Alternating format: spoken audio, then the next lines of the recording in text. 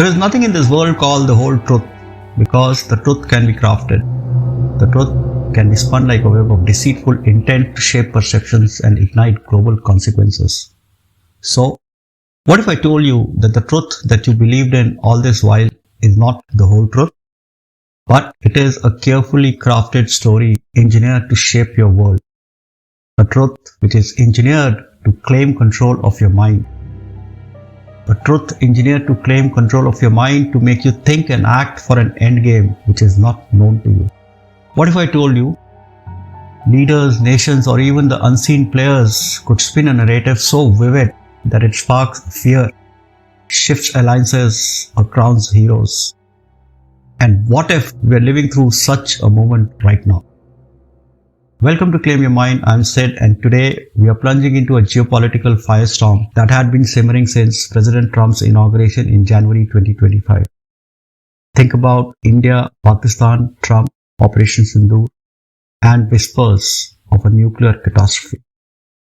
Today we are not here to assert truths or list dull sequences of events. Instead, we are exploring questions inspired by the striking parallels between today's headline news and David Baldacci's 2008 political thriller, The Whole Truth.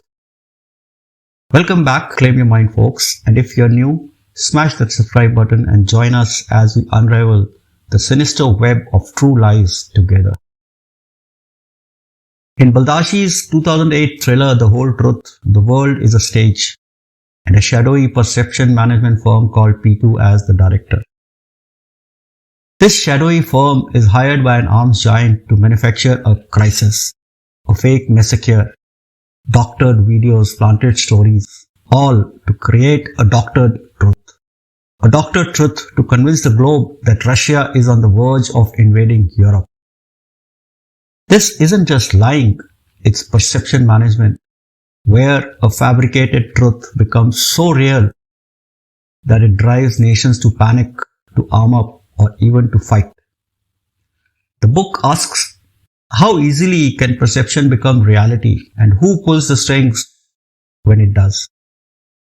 Pull that thought close to your heart, because the headlines today feel like they could be ripped straight out of Baldacci's pages. Now let us set the scene to the world today. It is August 2025 and reports claim Pakistan's army chief, Field Marshal Asim Munir, spoke at a private event of Pakistani diaspora in Tampa, Florida on the US soil. Allegedly, he warned that if Pakistan faces an existential threat, likely pointing at India, they would unleash a nuclear force, potentially taking half the world down. There is even talk of targeting Indian dams with missiles, escalating tensions around the Indus River water sharing. But here's where it gets dark. Pakistani sources are screaming disinformation, accusing Indian media of twisting or outright inventing these remarks to vilify Pakistan. So, let us ask, is this a created truth? Are we witnessing a real threat amplified into a global scare, much like P2's fake Russian invasion in Baldacci's novel? Could India be spinning a narrative to justify military build-up or to rally international pressure against Pakistan?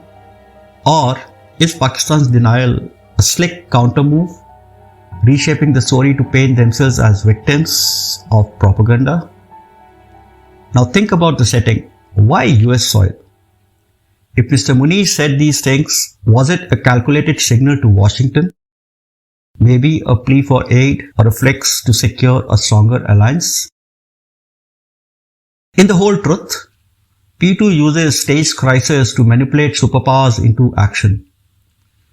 Could this be a modern echo where fiery rhetoric, real or fabricated, aims to draw the US into mediating Indo-Pak tensions or tipping the scales in Pakistan's favor? And if the remarks are exaggerated, who stands to gain from a world believing South Asia is on the brink of catastrophe? Is this perception management at work, crafting a crisis to shift power dynamics? Now let us turn to another player in this drama, President Donald Trump. He's back in headlines, cozying up to Pakistan, praising Field Marshal Munir as a smart man. and claiming dozens of times that he personally stopped an India-Pakistan nuclear war back in May 2025. Pakistan is so impressed that they nominated Mr. Trump for his 2026 Nobel Peace Prize. But India? India is not having it. India's Prime Minister Modi insists that US had no major role in that ceasefire and India is rejecting any mediation talk. So here's a question. Is Mr. Trump crafting his own truth, which much like the schemers in Baldacci's novel? In The Whole Truth, P2 hypes a fake threat to profit from chaos. Could Mr. Trump be inflating his role or even subtly promoting heightened tensions so as to position himself as the hero who tames a fabricated crisis? Mr. Trump is no stranger to high-stakes diplomacy. His North Korea summits followed a pattern: big threats, bold meetings, and then claims of victory. What if he's playing a similar game here? Could the US be quietly allowing Field Marshal Munir's alleged remarks to simmer, setting the stage for Mr. Trump to resolve the crisis and then claim Nobel-worthy glory? In Baldacci's world, the profit is arms sales. Here, could it be a diplomatic clout, stronger US-Pakistan ties, or even deals in crypto or energy? And when India pushes back, refusing to credit Mr. Trump, we see tariffs and a US tilt toward Pakistan. Is this fair geopolitics or a deliberate narrative, like P2's, where a crisis is shaped for personal gain? Let's take a step back. In The Whole Truth, the heroes Shaw and Katie James dig to uncover who is orchestrating the chaos and why. So let us draw a parallel and unearth who benefits from this Indo-Pak narrative clash. If Field Marshal Munir's threats are real, they might rally Pakistani people or deter India.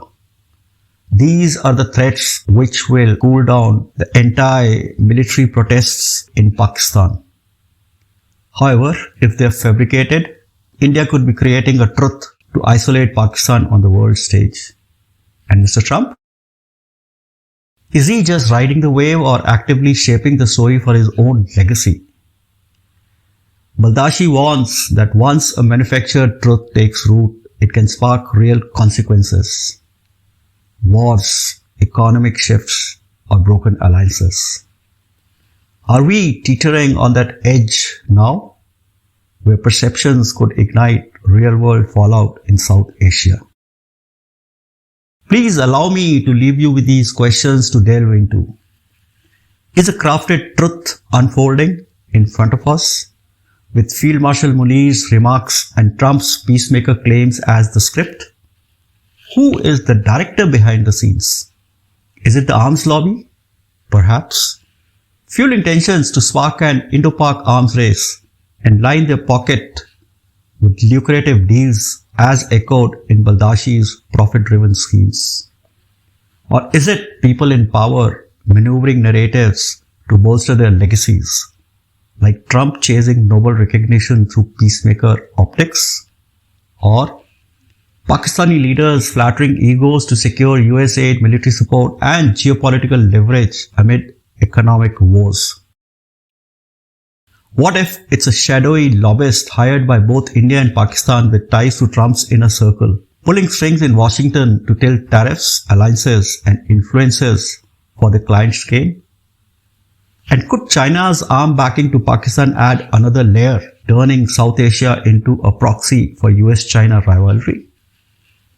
What is the endgame? Profiteering from chaos? Personal acclaim?